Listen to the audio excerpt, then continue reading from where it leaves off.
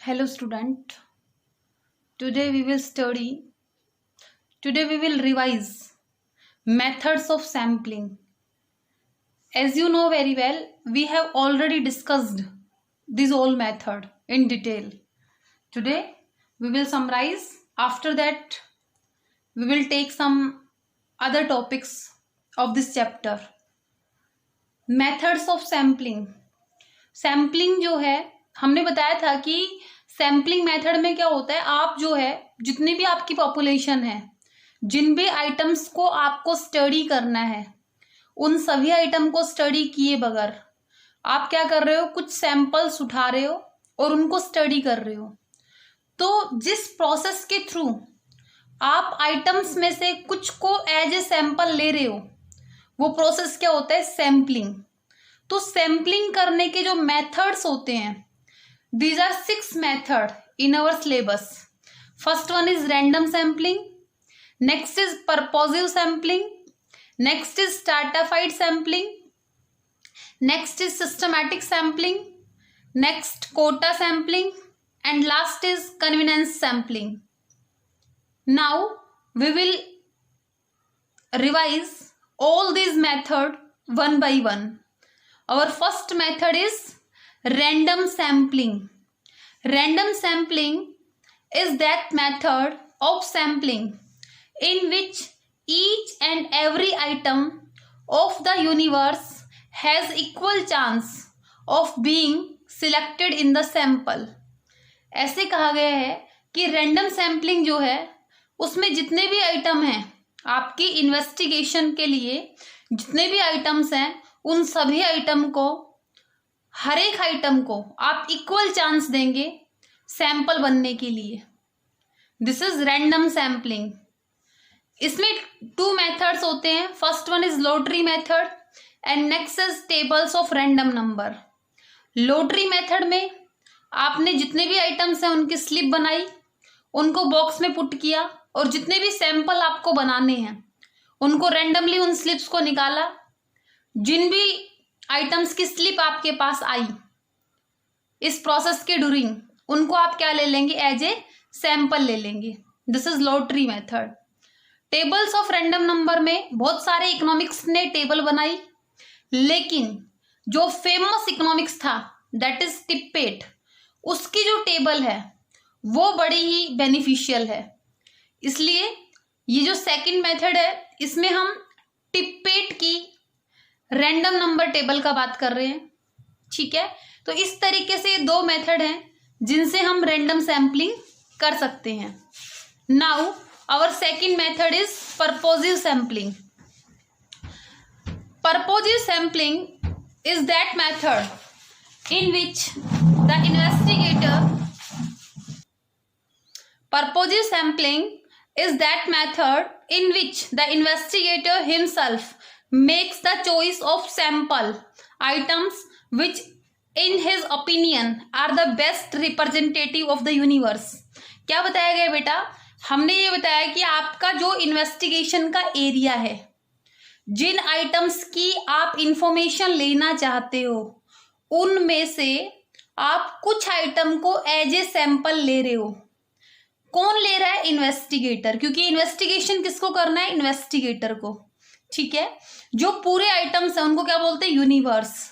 उसमें से आप कुछ आइटम्स को सिलेक्ट कर रहे हो, किस बेस पे, आपके खुद के ओपिनियन के बेस पे। जो आपको ये लगता है कि ये वाला जो आइटम है ये पूरे ग्रुप का बेस्ट रिप्रेजेंटेटिव होएगा, मीन्स ये पूरे ग्रुप को प्रॉपरली रिप्रेजेंट करेगा, तो आप उसको एज ए सैंपल ले लेते हो। पर्पोसिव सैम्पलिंग का मतलब होता है जो इन्वेस्टिगेटर का पर्पज है उसके अकॉर्डिंग जो उसके विचार में बेस्ट आइटम है उसको वो एज ए सैंपल ले लेता है। This is your purposive sampling. Next is, as you know very well, next is stratified sampling. Stratified sampling, in this method of sampling the population is divided into different strata having different characteristic. इसमें क्या होता है, जो भी आपकी population है उनकी features के बेस पे, उनकी करेक्टरिस्टिक के बेस पे उनको डिफरेंट डिफरेंट स्टार्टा में डाल दिया जाता है। अब क्या होता है, and the same of the items are selected from each strata, और जितने भी स्टार्टा है, फॉर एग्जाम्पल आपके 4 स्टार्टा बन गए, मतलब 4 ग्रुप ऐसे हैं जिनकी सिमिलर कैरेक्टरिस्टिक है, तो आपने उनके 4 स्टार्टा बना दिए। अब आपको क्या करना है, जितने भी आपके स्टार्टा हैं उनमें से आप कुछ आइटम्स को लेंगे जो एंटायर पॉपुलेशन को रिप्रेजेंट करेंगे, और इनके बेस पे आप स्टडी करेंगे। This is your stratified sampling. क्या होता है, in this method of sampling population is divided into different strata having different characteristic and same of the items are selected from each strata, so the entire population get represented. Now next method is systematic sampling. Systematic, जो systematic तरीके से sampling की जा रही है, एक ऐसे system से सैंपल्स को बनाया जा रहा है जो एक सिस्टम से है, जिसका अपना एक सिस्टम है। In this method units of the population are numerically, geographically and alphabetic arranged. इसमें क्या होता है बेटा, जो भी आपकी पॉपुलेशन है उसको क्या तो आप न्यूमेरिकली अरेंज करेंगे, मीन्स नंबर हो गए 1 2 3 4 ऐसे करके आपने उनको न्यूमेरिकली अरेंज कर दिया, या फिर आप उनको ज्योग्राफिकली अरेंज करेंगे, मीन्स जो जहां से जो बिलोंग करता है उस एरिया के अकॉर्डिंग उनको अरेंज करेंगे, या फिर उनको अल्फाबेटिक अरेंज करेंगे, मतलब ABCD ऐसे करके उनको अल्फाबेटिक अरेंज करेंगे। After that arranging item, every nth item of the numbered items is selected as the sample. अब जो भी आपके जितने भी आइटम्स हैं उसको हमने ले लिया, nth आइटम ले लिया, मान लो जितने भी आइटम्स हैं उनमें से जो भी आपका nth आइटम है, जो भी आपका एक सिस्टम है, फॉर एग्जाम्पल आपने न्यूमेरिकली अरेंज कर दिया, आप हर 5th आइटम को एज ए सैंपल ले रहे हो, तो क्या हो गया, सिस्टमैटिक सैम्पलिंग हो गया। या फिर ज्योग्राफिकली में जो आपका एक एरिया है, उस जैसे मान लो एक एरिया है जिससे 15 स्टूडेंट रिलेट करते हैं, नेक्स्ट एरिया है जिसमें 10 स्टूडेंट रिलेट करते हैं, इस तरीके से आपने क्या किया, उनको ज्योग्राफिकली अरेंज किया। आफ्टर दैट सिमिलर एरिया से जो स्टूडेंट बिलोंग करते हैं उनमें से आपने कुछ को सैंपल ले लिया, ऐसे ही अल्फाबेटिक अरेंज कर दिया।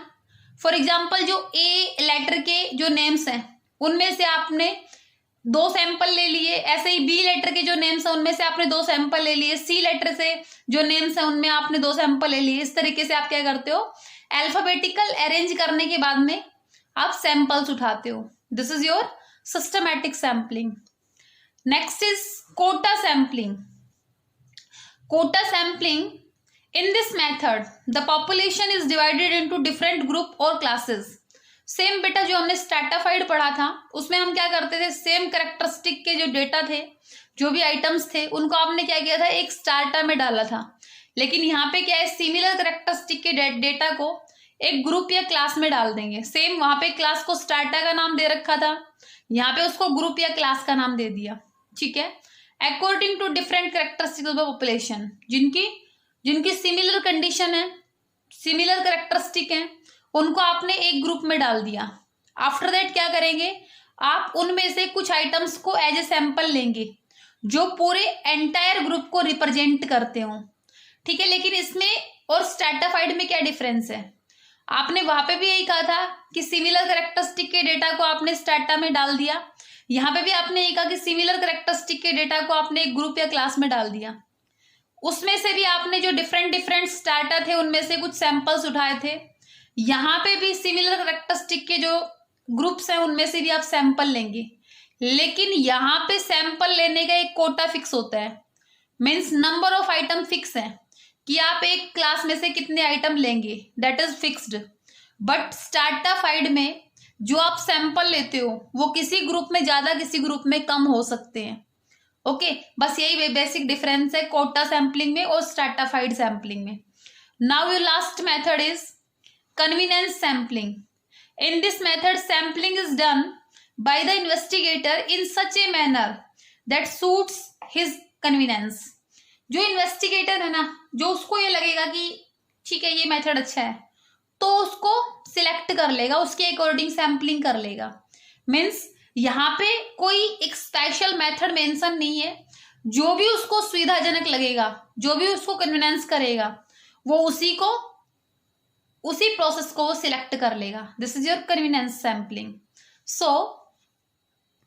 सो मेथड्स ऑफ सैम्पलिंग में 6 मेथड है। Random sampling, purposive sampling, stratified sampling, systematic sampling, quota sampling and convenience sampling. Now reliability of sampling data. आपने सैम्पलिंग प्रोसेस से जो आपने सैंपल लिए हैं उनकी आप रिलायबिलिटी कैसे चेक करेंगे कि वो जो डेटा हैं क्या वो विश्वास के लायक हैं, क्या आप जो इन्वेस्टिगेशन करने वाले हो क्या वो सक्सेसफुल हो पाएगा। तो आपको क्या करना होता है, जो भी आपने सैम्पलिंग प्रोसेस से जो आपने सैंपल्स उठाए हैं उनकी रिलायबिलिटी को चेक करना होता है। जो रिलायबिलिटी होती है उसको चेक करने के लिए 4 थिंग्स इंपॉर्टेंट बताई हैं। सबसे पहले बताया साइज ऑफ सैंपल, कि आपने कितने आइटम्स को एज ए सैंपल लिया है। नेक्स्ट है मेथड्स ऑफ सैम्पलिंग, मीन्स आपने जो सैम्पलिंग की है वो किस मेथड से की है। बायस ऑफ कोरस्पोंडेंट एंड एनुमरेटर, जो भी पर्सन आइटम्स में से सैंपल को सिलेक्ट करके लाया है क्या उसने कोई भेदभाव तो नहीं किया। ट्रेनिंग ऑफ एनुमरेटर, जो इन्वेस्टिगेटर की हेल्प कर रहा है क्या उसको प्रॉपर ट्रेनिंग दी गई थी। तो ये चीजें आपको चेक करनी होगी। हम 1 बाय 1 बात करते हैं। First is size of sample. Reliability of sampling depend on the size of sample. If its size is very small it will fail to represent the population. अगर सैंपल का साइज छोटा है, मीन्स आपके items बहुत सारे हैं, let's suppose you have 2 lakh items in your investigation study, ठीक है। Now if you select only 1 item as a sample, then your sample size is very small, so it is very difficult to represent the whole population by 1 sample. okay?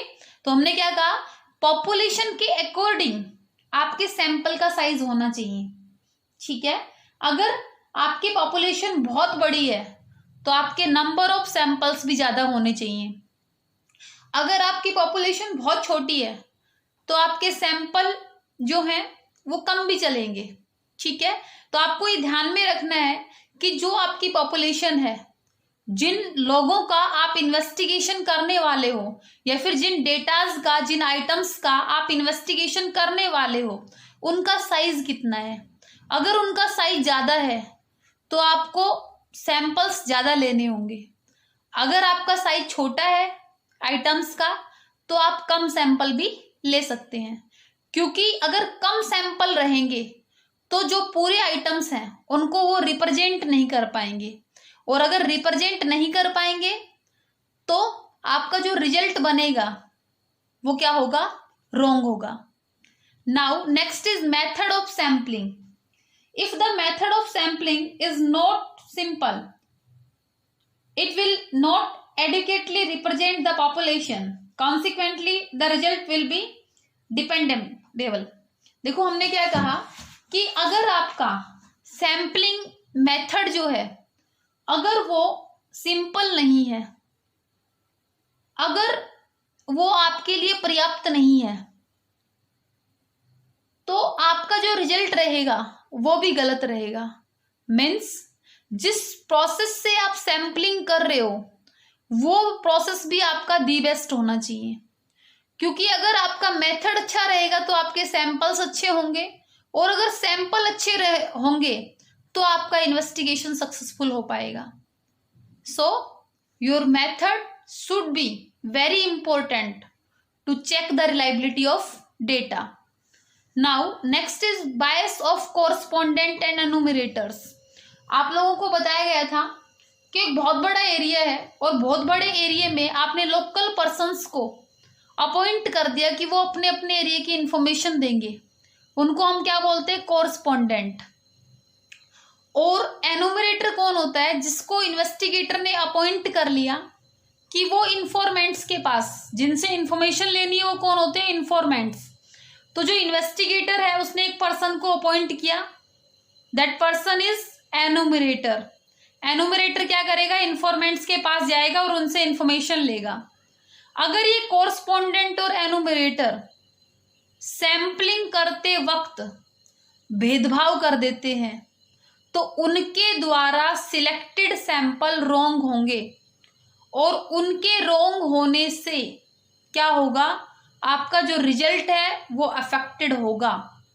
Okay, next is training of एनुमरेटर। जो आपका एनुमरेटर है, जो investigation में investigator की help करेगा, अगर उसको trend नहीं कर रखा, अगर उसको जो काम करना है उसके लिए उसको प्रॉपर ट्रेनिंग नहीं दे रखी, तो क्या होगा, आपके सैंपल की रिलायबिलिटी कम हो जाती है। मीन्स जो आपने सैंपल लिए हैं वो जरूरी नहीं है एक्यूरेट हो, क्योंकि इस पर्सन को सैंपलिंग करने की नॉलेज ही नहीं होगी अगर उसको ट्रेनिंग नहीं मिली हुई। तो ये बहुत जरूरी है कि जो आपका एनुमरेटर है वो ट्रेंड होना चाहिए ताकि वो रिलायबल डाटा को सैंपल बना सके। तो these are your reliability of sampling, that is size of sample, methods of sampling, bias of correspondent and enumerator, and next is training of enumerator. Now in this method you have studied two method. One is census method, one is census method, and next is sampling method. Now we will understand census and sampling method a comparative look। Means हम क्या देखेंगे, census method और sampling method में difference पढ़ेंगे।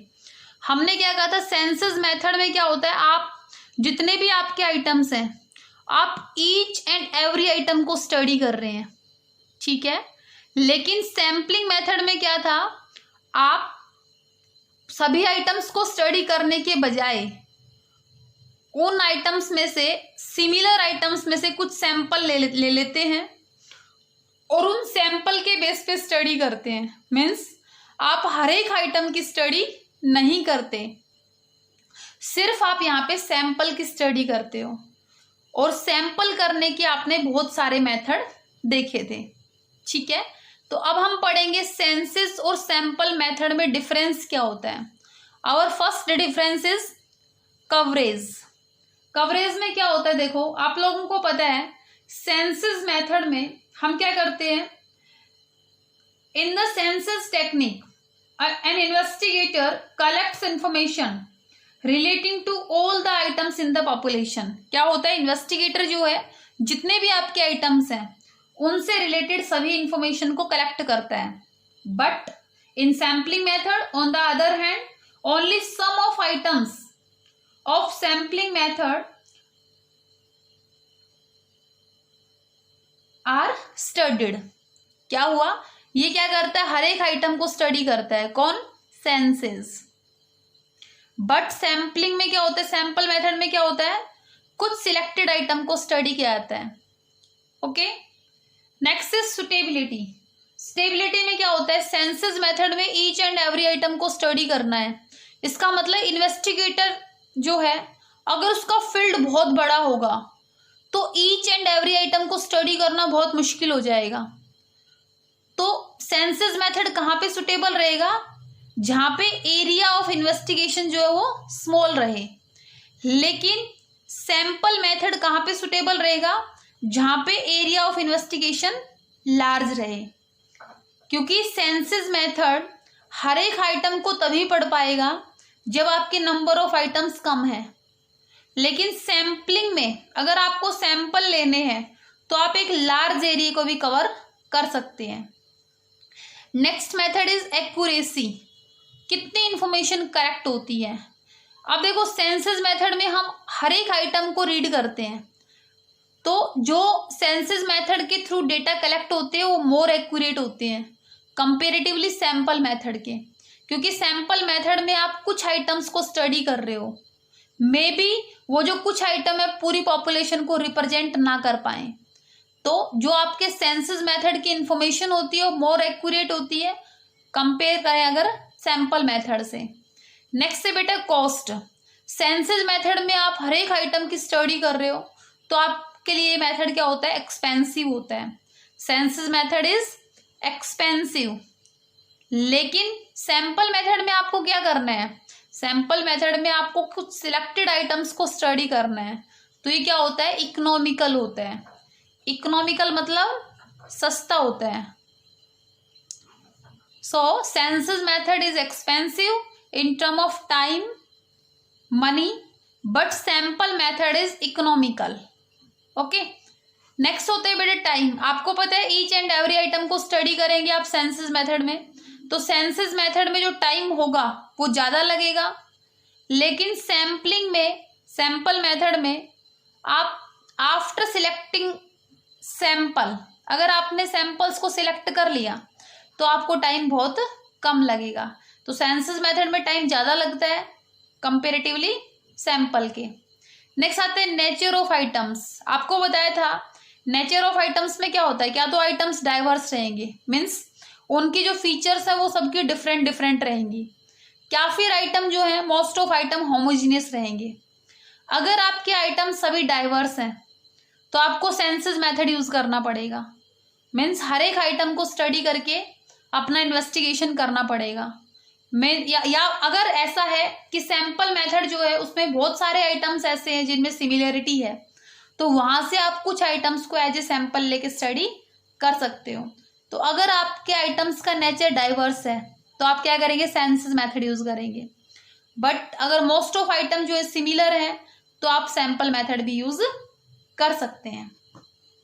Now your last point is verification, means आप कितना उनको check कर सकते हो कि आपने जो इंफॉर्मेशन ली है वो करेक्ट है या नहीं है, आप क्या उसको वेरीफाई कर सकते हो।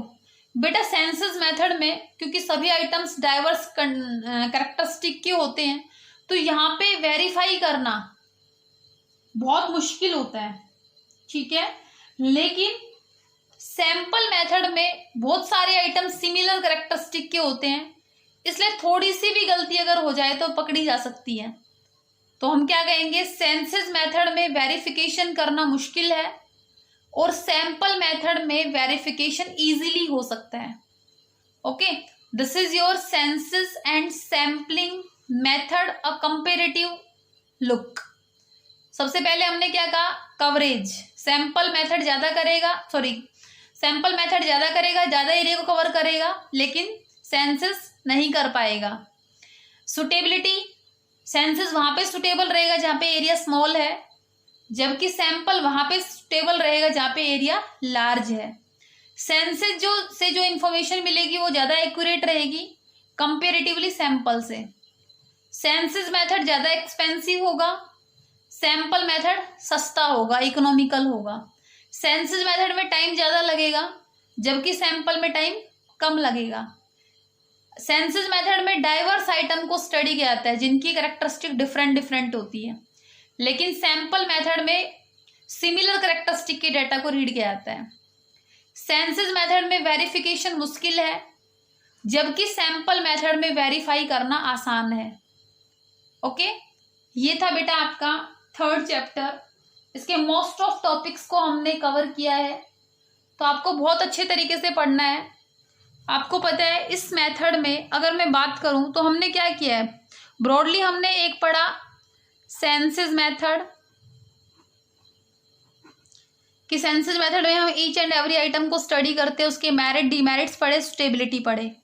आफ्टर दैट हमने सैंपल मेथड पढ़ा कि सैंपल मेथड में क्या करते हैं, हम कुछ आइटम्स को स्टडी करते हैं, और सैंपल मेथड के टाइप्स ऑफ मेथड पढ़े, बहुत सारे मेथड पढ़े सैम्पलिंग के, ठीक है।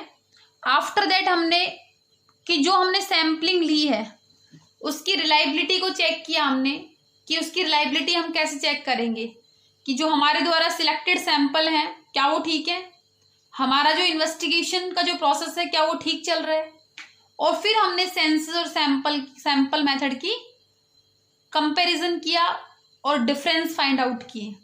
ठीक है, ये था बेटा आपका थर्ड चैप्टर। एक छोटी सी बात आपकी बची हुई है, sampling and non sampling errors. Sampling and non sampling errors जो है बेटा वो हम आपकी नेक्स्ट वीडियो में पढ़ेंगे। तो इससे पहले जो है आपको पता है चैप्टर 1 आपका जो बेसिक कंसेप्ट्स थे, चैप्टर 2 कलेक्शन ऑफ डेटा जिसमें प्राइमरी और सेकेंडरी डेटा के मेथड्स पढ़े, और चैप्टर 3 जिसमें आपने सेंसेस और सैंपल मेथड पढ़ा। इन तीनों चैप्टर्स को बेटा अच्छे तरीके से प्रिपेयर करो, इनके नोट्स बनाओ और जो भी डाउट रहे वो अच्छे से कवर अप करो। आपकी जो भी क्लासेस रहती है, चाहे डिजिटल क्लास रहती है चाहे यूट्यूब के थ्रू होती है, उन सभी क्लासेस को एक्टिवली उसमें पार्टिसिपेशन रखो अपना और उनसे अपना बेनिफिट लो। ऐसा नहीं होना चाहिए कि आपका टीचर अगर एफर्ट कर रहा है लेकिन आप उसके साथ कनेक्ट नहीं हो प्रॉपरली, तो टीचर्स के एफर्ट्स जो है वो भी खराब जा रहे हैं। इसलिए आपका इन्वॉल्वमेंट होना जरूरी है।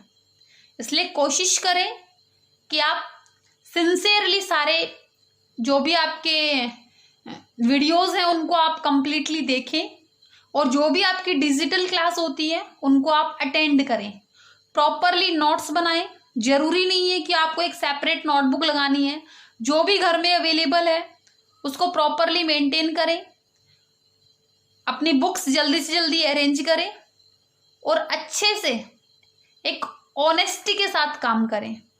ठीक है, तो आप ये जो तीनों चैप्टर हैं इनको आप अच्छे तरीके से रिवाइज करेंगे बिफोर योर यूनिट टेस्ट।